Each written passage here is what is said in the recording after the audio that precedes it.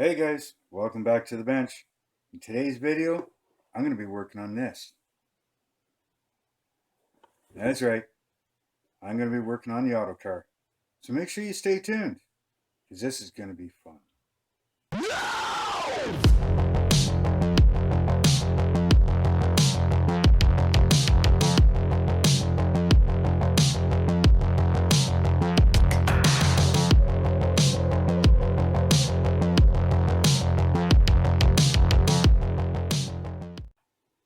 Hey guys, so like I said, I'm going to be starting a new project because I'm kind of getting a little burnt out on the extreme customizing stuff, like the Mustang and the Fred Henry NAS truck, Inner Demon, my shop logo car. I need something that's a little more relaxed, we'll say. So what I'm going to do is I'm going to work on the first truck of my fleet, and that's going to be the Autocar A64B tractor. I'm pretty sure that you've all seen this advertised in your local stores and other YouTube channels, unboxings, things like that. So I'm not going to bore you with that stuff. So what I am going to do is say thanks to all my subscribers. And if you haven't yet, please hit that subscribe button, hit that like button, share these videos for me, check out and follow me on my Instagram and my Facebook group. So let's turn this camera around and let's see what we've got and start building this thing. Okay, so like I said, the Autocar A64B tractor by AMT. This is what I'm going to be working on. So this here truck is going to be one of the first of my fleet. Now, of course, the colors are going to change. There's going to be dark blue, red, and probably a touch of white. Now, I have started making my own decals for the doors for the hauling company, and I will show you those here in a few minutes, at least a sample of it anyways. I haven't actually printed them out yet, and yeah, don't ask for a tutorial on how to do your own decals because hell, I just winged it and I barely made them. But anyways, let me get this box out of the way, and we're going to get some styrene out and the instructions out, and we're going to see how badly this fits according to everybody.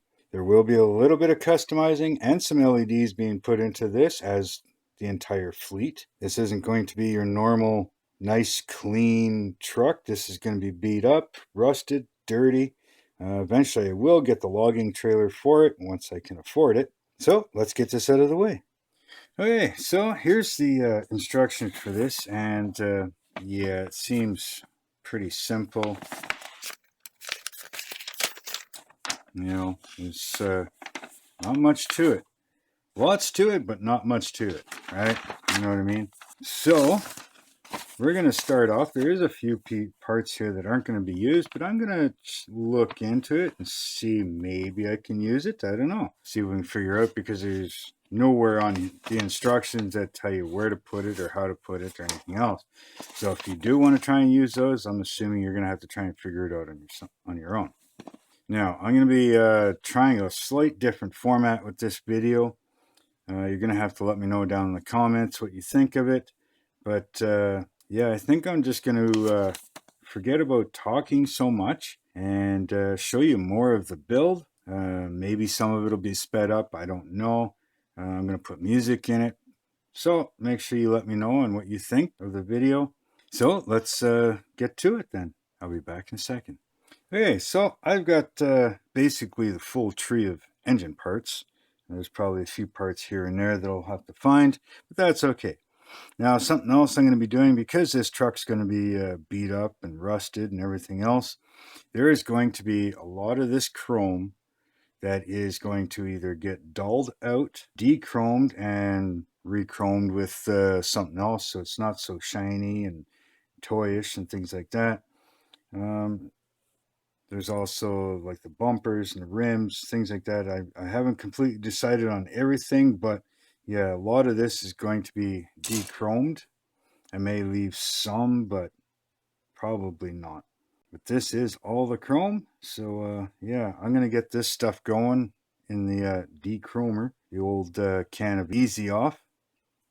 So I'm going to start off here, and I'm just going to change my camera position a little bit here, and I'm going to start putting this together as according to the instructions. So give me a minute. I'll reposition my camera. I'm going to get my cutters and tools out, and then we'll start. Okay, so got my cutters out, got my knife out, I got my sanding stick out. So let's get to it.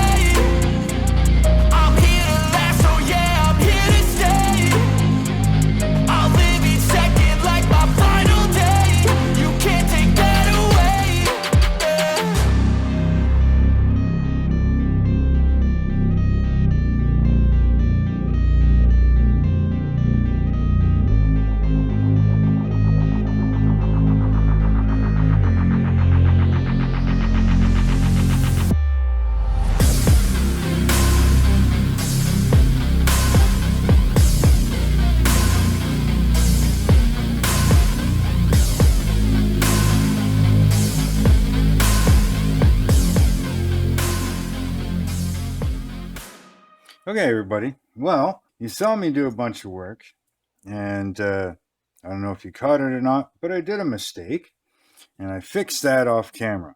Okay, I put the oil pan on backwards, so I took that off while the glue was still somewhat soft, re-glued that back on. Now, remember I was saying I wanted to see if I could get the turbo and stuff and this and that? Well, here's the intercooler, and the exhaust manifold for it. And I don't think I cut the turbos off. Now the turbos are still here. And there's a couple other parts and this and that. So I've spent the last 4 hours finding reference photos, or trying to anyways, of this engine, of the truck. There's no indication of what year the truck is. There's no indication of what this motor is. So you look up online, you punch in Autocar A64B. I mean, there's like 6 or 7 years of that model, right? And in each year of that model of truck, there's how many engines that were provided for the options, right? So picture after picture after picture, I finally found a few that are very close, seem to have the same pulleys, pulley placement, fuel pump placement, starter placement, things like that.